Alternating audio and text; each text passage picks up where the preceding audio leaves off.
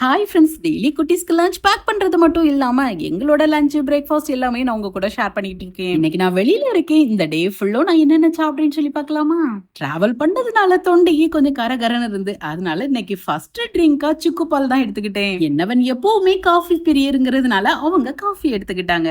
Next இன்னைக்கான breakfast dosa, அதுவும் தேங்காய் சட்னி, கருவேப்பிலை சட்னி, சாம்பார்னு வச்சு நல்லாவே சாப்பிட்டாச்சு. என்ன பண்ணும், இட்லி வாங்கியிருந்தாங்க, 2 பேரும் ஷேர் பண்ணிக்கிட்டோம். என்னதான் பிரேக்ஃபாஸ்ட் திருப்தியா சாப்பிட்டு இருந்தாலும் அடிக்கிற வெயிலுக்கு ஒரே தாகம். அதனால 2 பேரும் இளநீ வாங்கி குடிச்சுக்கிட்டோம். ஒரு 11 மணி போல கொஞ்சம் வேலை அதிகமா இருந்ததுனால மதிய லஞ்ச் எடுக்கிறதுக்கு 2 மணி ஆயிட்டு.